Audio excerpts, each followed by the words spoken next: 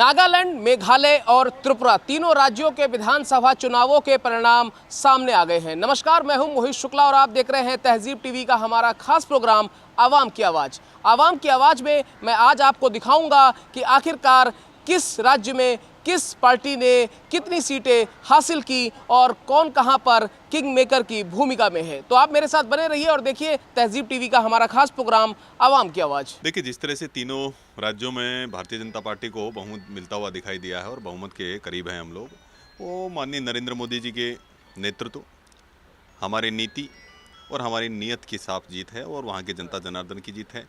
जिस तरह से विकास के नए नए कीर्तिमान गढ़े गए हैं, जिस तरह से वहाँ डबल इंजन की सरकारों ने कार्य किया है और वहाँ पर जो कांग्रेस के समय में, सीपीएम के समय में जिस तरह से वहाँ पर कर्फ्यू लगता था, ब्लॉकेट लगे रहते थे, ड्रग्स का कारोबार चलता था, उग्रवाद चलता था, उससे निजात पाते हुए जनता ने संदेश दिया है कि वो शांति और समृद्धि चाहती है, शांति और विकास चाहती है और वो कोई अगर दे सकता है तो भारतीय जनता पार्टी दे सकती है। तो उसी का नतीजा है कि आज भारतीय जनता पार्टी प्रचंड बहुमत के साथ वहाँ पर जीती है और जनता जनार्दन ने हमें आशीर्वाद दिया है। राष्ट्रीय चुनाव नहीं है, ये विधानसभा के लिए चुनाव है और मैं नहीं समझता हूं कि राष्ट्रीय स्तर के नेता वहां जाकर प्रचार में इतना प्रभावशाली हो सकते हैं कि चुनाव एक तरफा से दूसरे तरफ ला सकते हैं।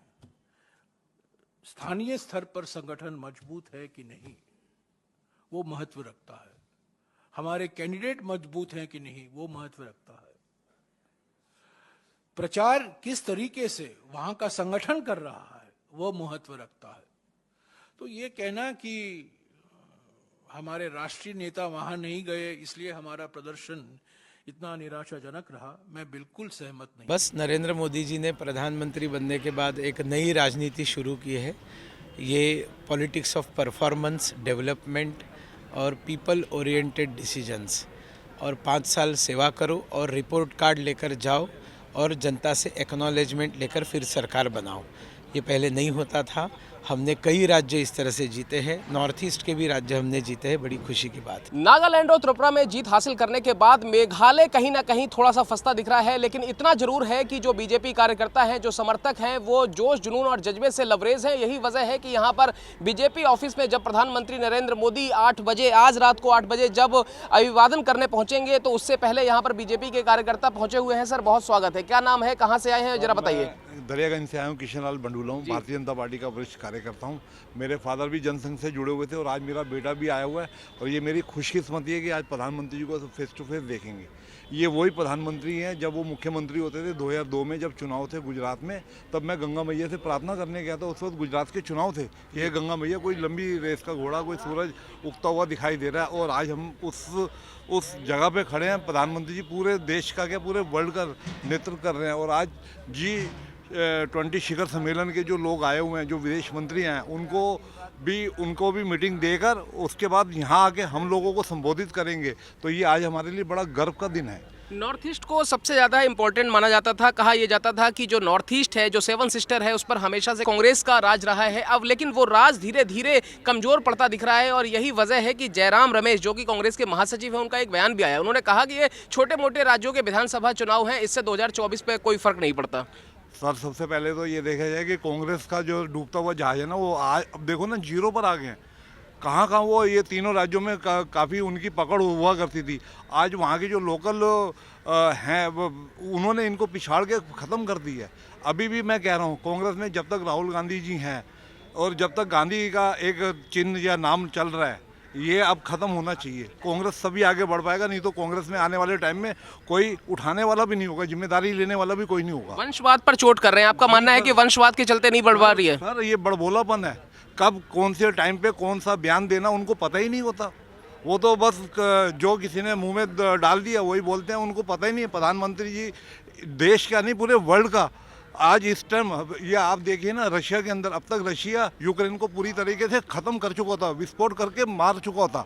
लेकिन आज प्रधानमंत्री जी पीछे से खड़े हैं कि नहीं, आप थोड़ा वेट करिए और आने वाला टाइम आज G20 शिखर सम्मेलन में यही होगा। आप मेरे साथ बने रहिए। और हमेशा से ये कहा जाता है कि बीजेपी जो है वो संगठन और कार्यकर्ताओं के लिहाज से बहुत बड़ी पार्टी है, और यही वजह है कि भले ही नॉर्थ ईस्ट में बीजेपी ने आज जीत का परचम लहराया हो, लेकिन बीजेपी के जो समर्थक हैं वो कोने कोने से आए हुए हैं। मेरे साथ तेलंगाना से आए हुए एक सज्जन मौजूद हैं। सर, बहुत स्वागत है। एक बात बताइए, जीत तो नॉर्थ ईस्ट की हो रही है, लेकिन तेलंगाना के कार्यकर्ता भी अगर यहाँ मौजूद है तो उसका क्या संदेश जा रहा है?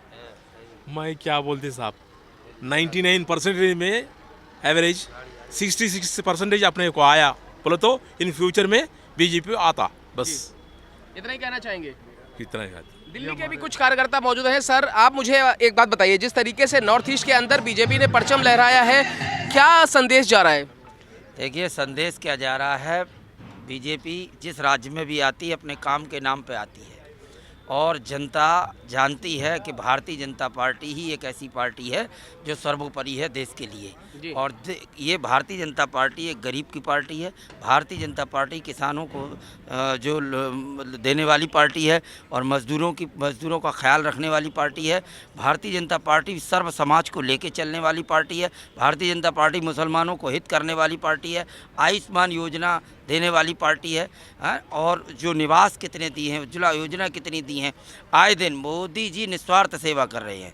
भारतीय जनता पार्टी निस्वार्थ सेवा कर रही है, और उनके जो सुप्रीमो नरेंद्र मोदी जी हैं, उनका नाम पर, उनके काम पर देश को पूरा पूरा विश्वास है। साथ के साथ हर राज्य के कार्यकर्ता, राष्ट्रीय लेवल के कार्यकर्ता भी अपना मेहनत कर रहे हैं। वो भी जनता के दिल में जगह बना रहे हैं, और कुर्सी के लिए नहीं कोई करना, दिल में बैठने के लिए मोदी जी काम कर रहे हैं, कुर्सी पर बैठने के लिए काम नहीं कर रहे हैं। इसका नतीजा पत्रकार महोदय आपने नागालैंड में देख लिया, त्रिपुरा में देख लिया, मेघालय में 3 सीटें आई हैं, कोई दिक्कत नहीं, सुधार हुआ है और आगे भी होगा।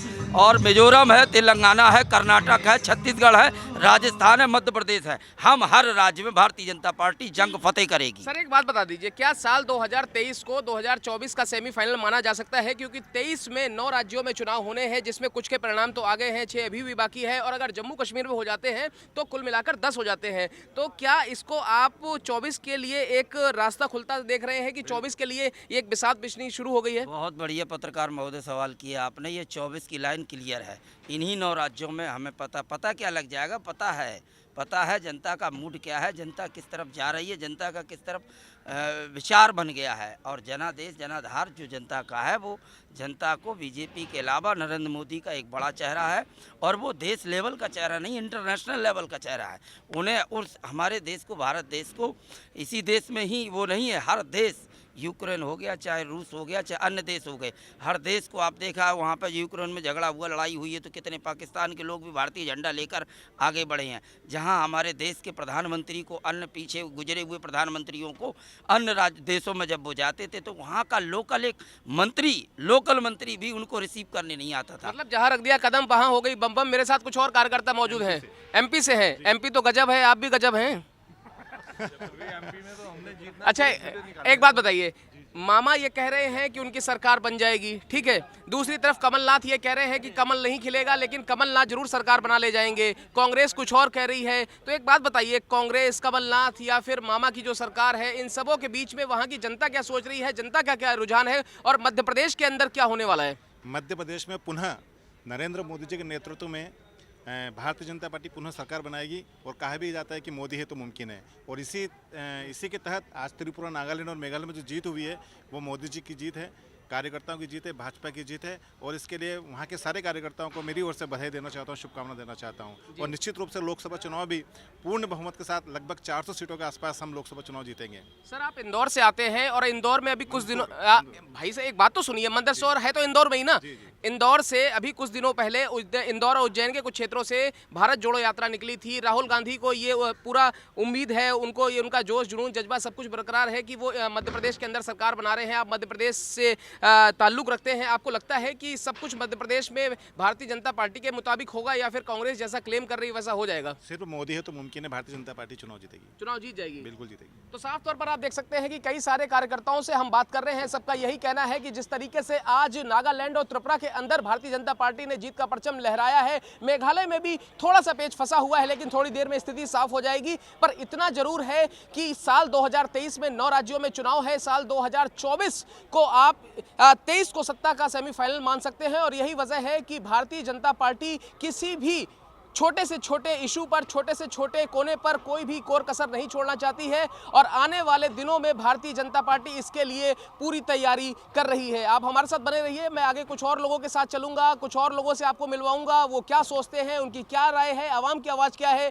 ये भी सुनाऊंगा। नागालैंड और त्रिपुरा में जिस तरीके से भारतीय जनता पार्टी और उसके सहयोगी दल को जीत मैसर हुई है, उसके बाद कहीं ना कहीं भारतीय जनता पार्टी बहुत ही ज़्यादा जोश में दिखाई पड़ रही है और यही वजह है कि आज शाम 8 बजे के आसपास आप देख सकते हैं कि ये पार्टी का मुख्यालय, यहाँ पर प्रधानमंत्री नरेंद्र मोदी खुद कार्यकर्ताओं का अभिवादन करने आएंगे। और साफ तौर पर आप देखिए ये जो वो डायस है जहाँ पर हर बार जब भारतीय जनता पार्टी चुनावी राज्यों में जीत हासिल करती है, उसके बाद प्रधानमंत्री नरेंद्र मोदी और उसके बाद अमित शाह जी और पार्टी के राष्ट्रीय अध्यक्ष जेपी नड्डा जी यहाँ पर पहुँचते हैं और हर बार पार्टी कार्यकर्ताओं का और जो चुनाव से जुड़े हुए जितने भी व्यक्ति हैं जिन्होंने पार्टी में को जिताने के लिए दमखम से मेहनत की होती है, उन सभी कार्यकर्ताओं का, लाखों कार्यकर्ताओं का यहाँ पर वो शुक्रिया अदा करते हैं। और यही वजह है कि आज इस पूरे डायस को पूरी तरीके से सजा दिया गया है। और आप सबसे पहले देखिए जहाँ पर लिखा है, ये जो केसरिया कलर का पूरा बैनर है, होर्डिंग है, उसके ठीक नीचे देखिए लिखा हुआ है कि भारतीय जनता पार्टी त्रिपुरा, नागालैंड और मेघालय की जनता का हार्दिक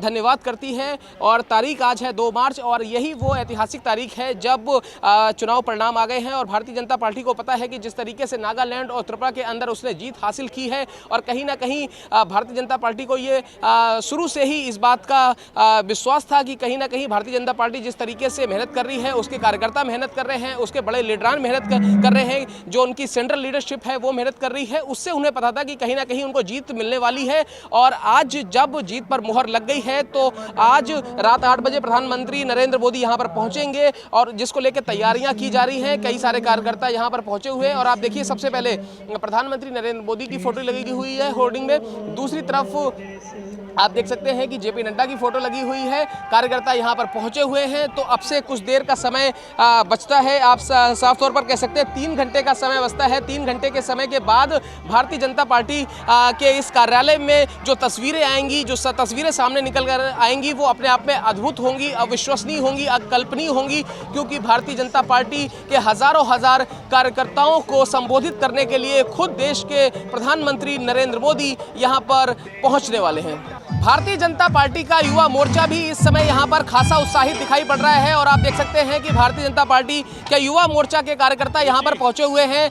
सबसे पहले मैं आपके पास आऊँगा, क्या नाम है आपका, कहाँ से आए हैं और किस तरीके से जीत का जश्न मना रहे हैं? मेरा नाम राहुल शुक्ला है, मैं गुरुग्राम से आया हुआ हूँ और ये त्रिपुरा और नागालैंड पे जो गठबंधन, भारतीय जनता पार्टी गठबंधन को जो बहुमत मिला हुआ है, जो जीत हासिल हुई है, बहुत बहुत बधाई है वहाँ के आम जनमानस की और हार्दिक धन्यवाद है माननीय प्रधानमंत्री जी की नीतियों का। आप कुछ कहना चाहेंगे, अगर कोई संदेश देना चाहेंगे तो वो संदेश क्या होगा भारतीय जनता पार्टी के हजारों कार्यकर्ताओं का और आप जैसे जो युवा कार्यकर्ता हैं उनके लिए क्या संदेश है? देखिए, इन तीनों राज्यों के रिजल्ट ने ये बता दिया है कि 2024 में फिर से प्रधानमंत्री पूर्ण बहुमत के साथ में अपनी सरकार बनाने जा रहे हैं और आने वाले जितने भी राज्यों में चुनाव हैं उन सभी में मोदी जी की इतनी लोकप्रियता बढ़ती जा रही है, क्योंकि उन सभी राज्यों के लोग, पूरे देश के लोग ये जानते हैं कि आज देश अगर सुरक्षित किसी के हाथों में है तो वो नरेंद्र मोदी प्रधानमंत्री जी के हाथ में है। मेघालय में स्थिति साफ नहीं हो पा रही है, क्या वजह है?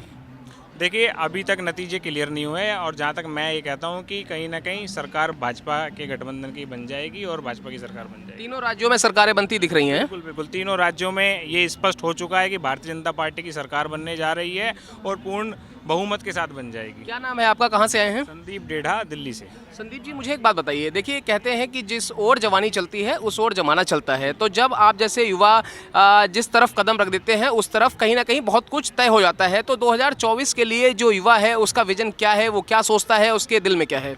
देखिए, अभी तक पूरा देश नरेंद्र मोदी जी के पीछे चल रहा है और इस भारतीय जनता पार्टी के कार्यकर्ता होने के नाते जो पार्टी निर्देश हमें जो भी दिशा निर्देश देगी हम उसके पीछे चलेंगे। पूरा देश नरेंद्र मोदी जी के ऊपर विश्वास कर रहा है। आज चाहे सीमा सुरक्षा की बात हो, देश में सुरक्षा की बात हो, बेटी सुरक्षा की बात हो, तो आज नरेंद्र मोदी जी की सरकार ने बहुत अच्छे कदम उठाए हैं और कहीं ना कहीं यही सारी नीतियों को जनता आज पसंद कर रही है और रिजल्ट आपके सामने है। तो साफ तौर पर आपने देखा कि किस तरीके से दिल्ली के कार्यकर्ता यहाँ पर मौजूद हैं, गुड़गांव से आए हुए लोग मौजूद हैं, यहाँ पर तेलंगाना से भी आए हुए लोग मौजूद हैं, नॉर्थ ईस्ट के कार्यकर्ता मौजूद हैं। तो बीजेपी के राष्ट्रीय कार्यालय में इस वक्त देश के कोने कोने से पहुंचे हुए हजारों हजार कार्यकर्ता यहाँ पर मौजूद हैं, जो एक साथ एक सुर एक लय में यही कह रहे हैं कि भारतीय जनता पार्टी जिस तरीके से जमीन पर मेहनत कर रही है, उनको साल 2024 में आने से कोई नहीं रोक सकता।